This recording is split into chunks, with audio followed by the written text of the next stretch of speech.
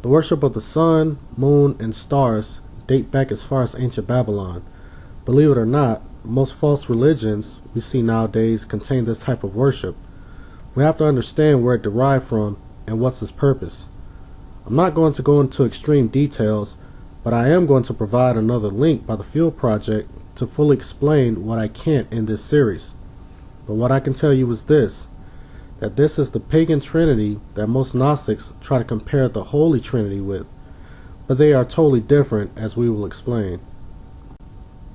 Nimrod, which is said to be the earth's first king, is a descendant of Cain and the great-grandson of Noah from his third son Ham. He was born in a part of the world what is now Ethiopia. He is also the one responsible for constructing the Tower of Babel, in which God destroyed and confused all of the languages of men. Most false religions worship him as a figure in the form of a son, so whenever we see this, we know that Nimrod is the source. Nimrod had a wife named Semiramis who invented polytheism, which is a worship of many gods. Now we have to understand that before this, people only knew of and worshipped the one and only true living God. She corrupted her subjects into believing that she herself was a deity, Ishtar, and referred to herself as the Queen of Heaven, and her son Tammuz was divine. This is where Gnostics get the idea of the story of Christ being copied from, and this is their so-called ancient wisdom. She is always worshipped as the moon and her son as the star or stars. This false trinity has been passed down from generation to generation as a form of denial of God and is still being used to this day. As mentioned in part 4, every so often, Satan takes certain symbols and idols and switch their usage. So whenever we see the man, woman, and child deities being worshipped, we know it has stemmed from ancient Babylon. Some of these names that I'm going to mention to you, you may or may not be familiar with, but rest assured that all of these idols and false gods are one and the same.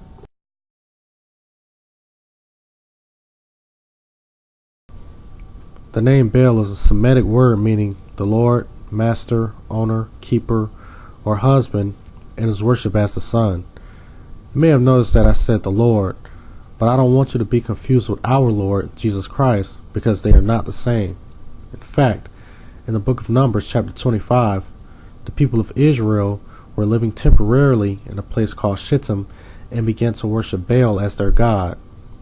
This made the Lord so angry, he instructed Moses to hang all of the chiefs of the people in that city so that the people of Israel as a whole wouldn't suffer God's wrath.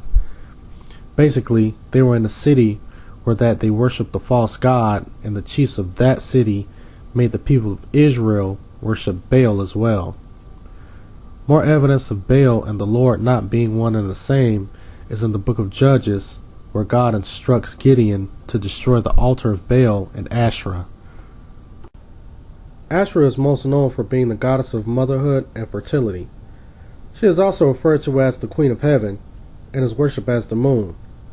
Once again, we see the phrase Queen of Heaven because, as stated before, she is a derivative of the worship of Semiramis. By now, as believers, you should know that there is no such thing as a Queen of Heaven. There is God Almighty and only God, nothing else. Evidence could be found in the book of Jeremiah, where he is speaking to the Judeans who are living in the lands of Egypt.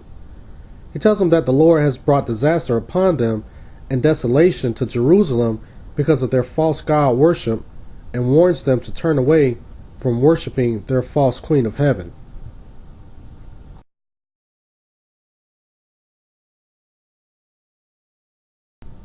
Another pagan trinity that is always brought up in comparison to the Holy Trinity is Isis, Horus, and Osiris.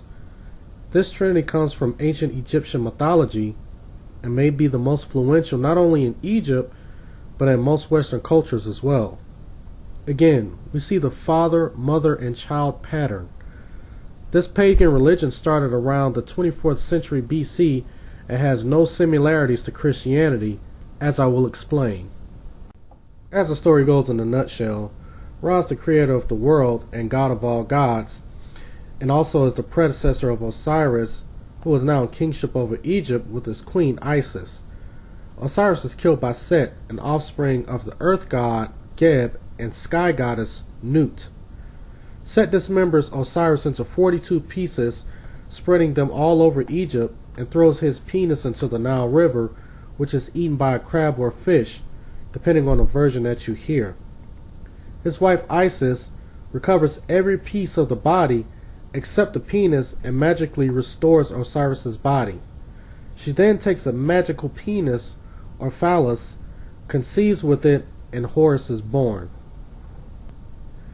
Horus, also known as the sky god, who ultimately fought with Set, but only coming to a stalemate before he had lost his left eye, and Set losing a testicle. Horus is depicted as the sun god and can be seen with images of an illuminated light on top of his head, and Set is sometimes referred to as the god of darkness in certain stories. After reviewing these facts, we can clearly see that the story of Christ is not at all similar to this mythology. Quite often, in certain organized religions and cults, we may see certain logos and symbols that contain a sun, moon, or star, and in some cases all three. As seen in part 3 when we discussed the Temple of Hip Hop's logo, we talked about the sun, stars, and checkered pattern flooring, same as Freemasonry. Now I'm going to explain the symbolism and meanings as much as possible, starting with the Freemasonry Lodge. As we can see, the checkered flooring is a symbol of balancing the light and darkness, or good and evil.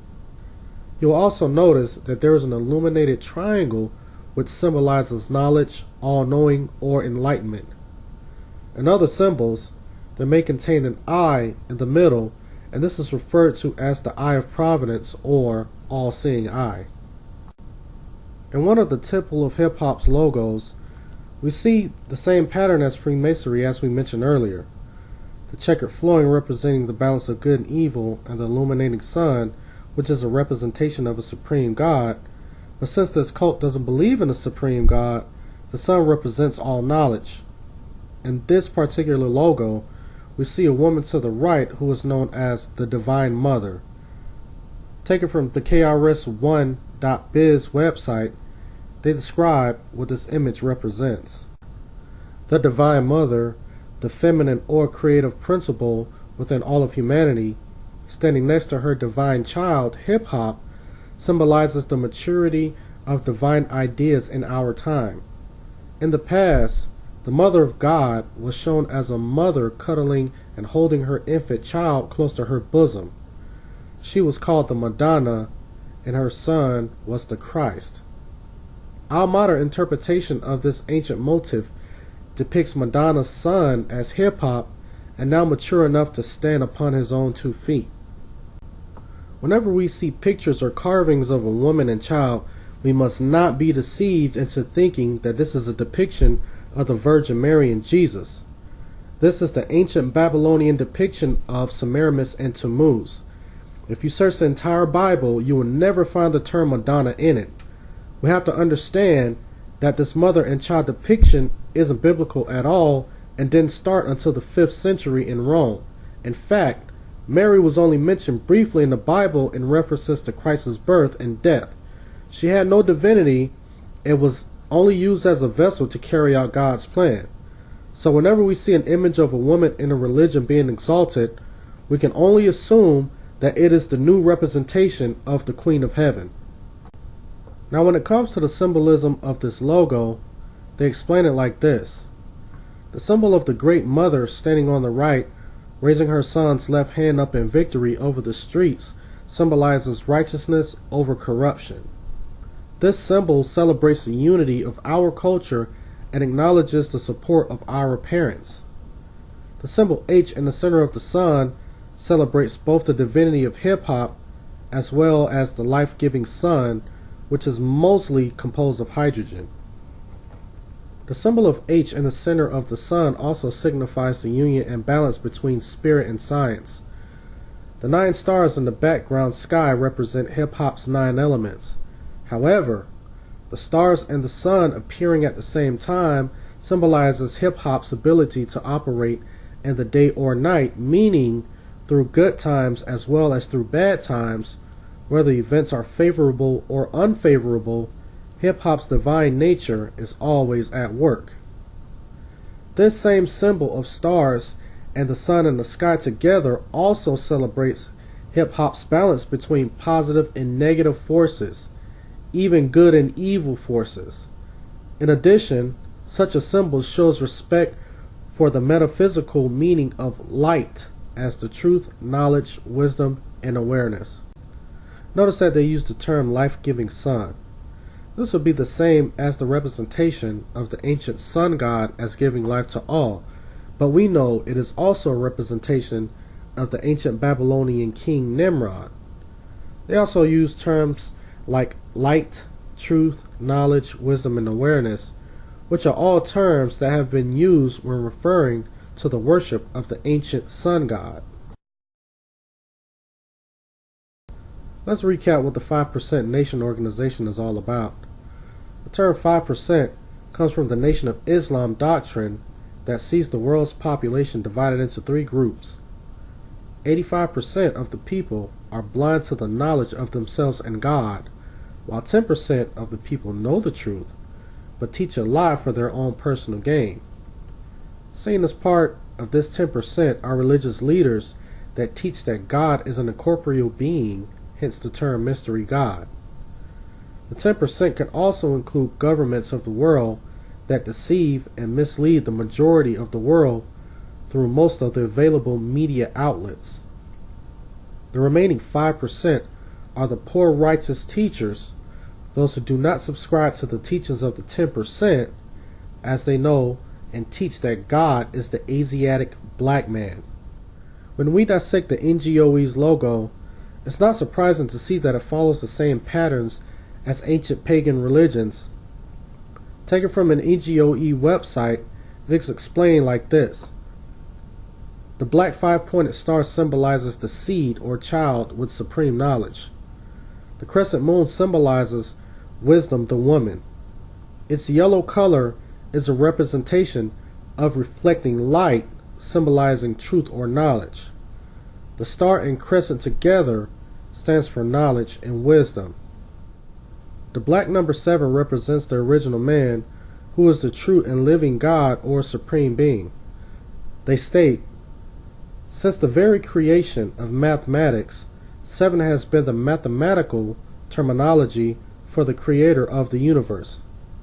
When put together with the moon and star, it represents supreme understanding and a unification of knowledge. The 7 also symbolizes the male seed in full bloom and the master of wisdom. They state, the white background symbolizes the white clouds of deception that have drowned out our people in the sea of ignorance, and the feeble attempts of the wicked to conceal the true and living God, which is the Son of Man.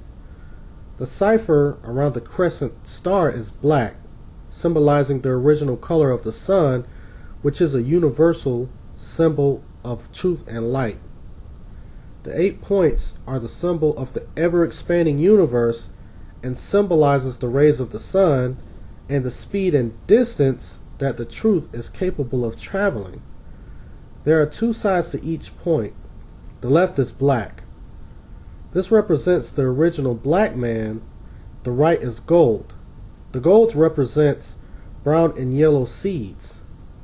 The 8 points are a sign of he who is the master builder of rain, hail, snow, and earthquakes. From the description of this emblem, we can undoubtedly see a correlation between pagan false god, sun, star, and moon worship.